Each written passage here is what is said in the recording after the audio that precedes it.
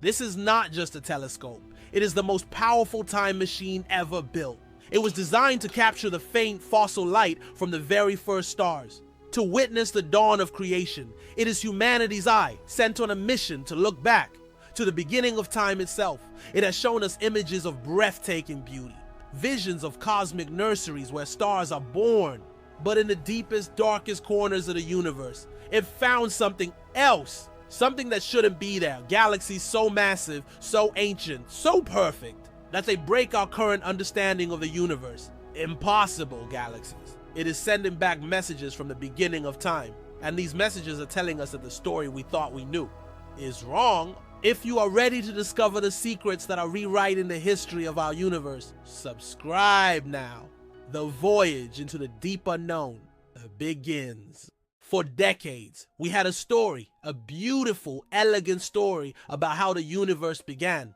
It started with a Big Bang, and for the first few 100 million years, it was a dark, quiet place where tiny infant galaxies slowly, patiently began to form from the primordial gas. Our motto was clear: small galaxies came first. Over billions of years, they would merge and grow, becoming the grand spirals we see today. It was a slow, orderly, bottom-up process.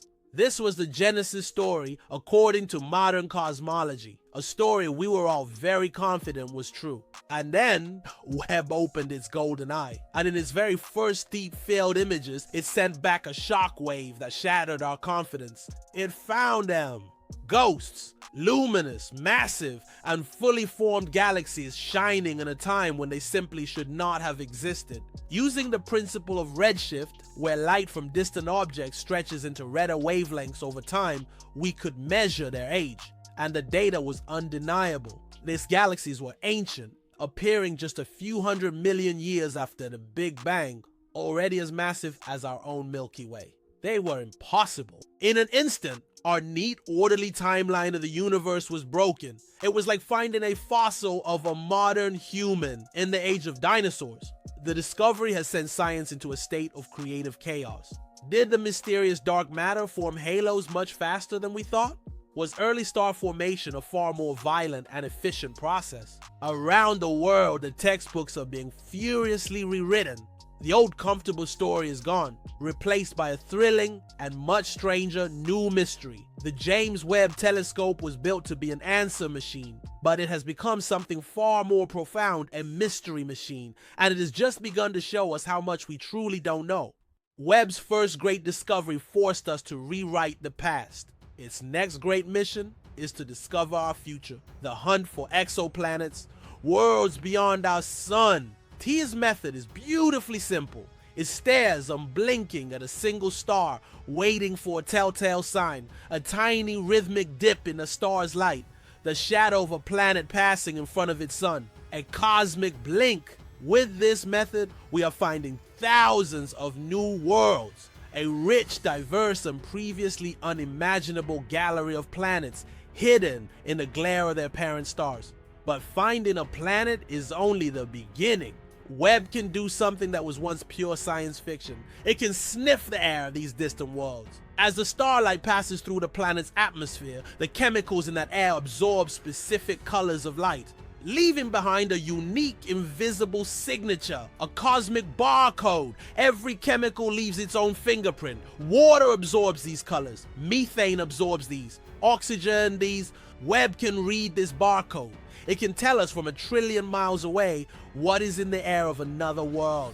A message written in light, and the worlds it is finding are more spectacular than we ever dreamed. Entire planets covered in a single global ocean where life could be swimming in the deep.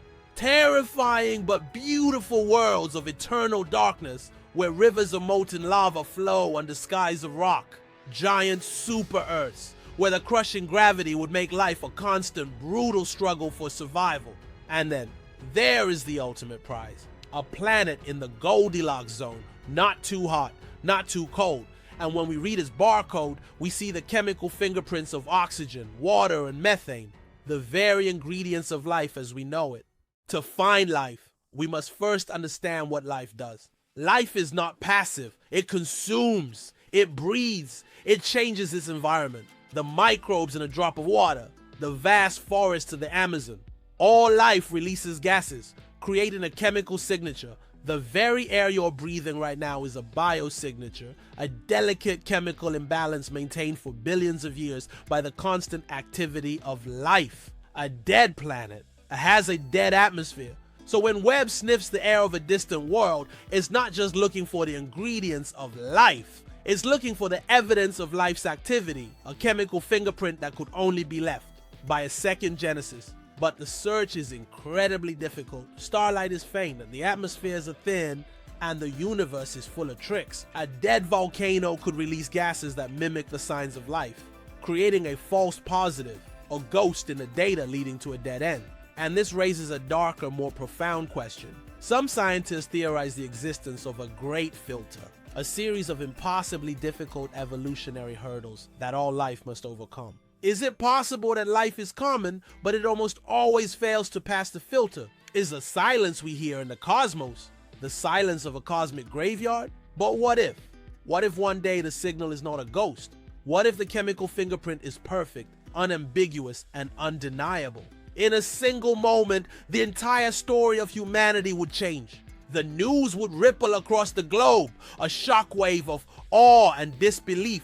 For the first time in our history, we would look up at the night sky and know that we are not looking into an empty void, but into a cosmic neighborhood. In that moment, all our divisions, our conflicts, and our certainties would seem impossibly small. It would be the day we finally realize that we are not alone. After all its journeys to the dawn of time, Webb's greatest discovery might be in how it forces us to look back at ourselves, a pale blue dot. It reminds us that this thin, shimmering atmosphere is the only confirmed biosignature in the entire universe. A fragile, living anomaly. All of our art, our science, our conflicts, and our love. All of it contained on this single, lonely outpost of life. In a cosmos teeming with 1 trillion galaxies, this is the only home we have ever known. And it raises the most haunting question of all. If the universe is so vast, so full of worlds, where is everybody? This is the great silence, the Fermi paradox. Webb is our ear to the cosmos, listening for a signal, a whisper, a sign that we are not the only ones asking these questions. For now, the signals we receive are only the lonely echoes of cosmic history. Is the silence empty, or is it the silence of a graveyard, a warning from civilizations that failed to pass their great filter?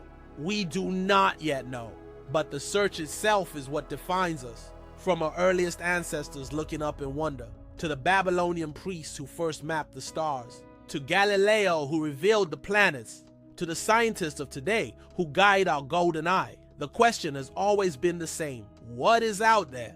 The James Webb Space Telescope is more than a machine of glass and gold. It is the ultimate expression of humanity's most powerful, most enduring quality, our insatiable curiosity. It is the eye of our species, and in its reflection we see not just the universe, but the very best of ourselves. A timeless echo of genius,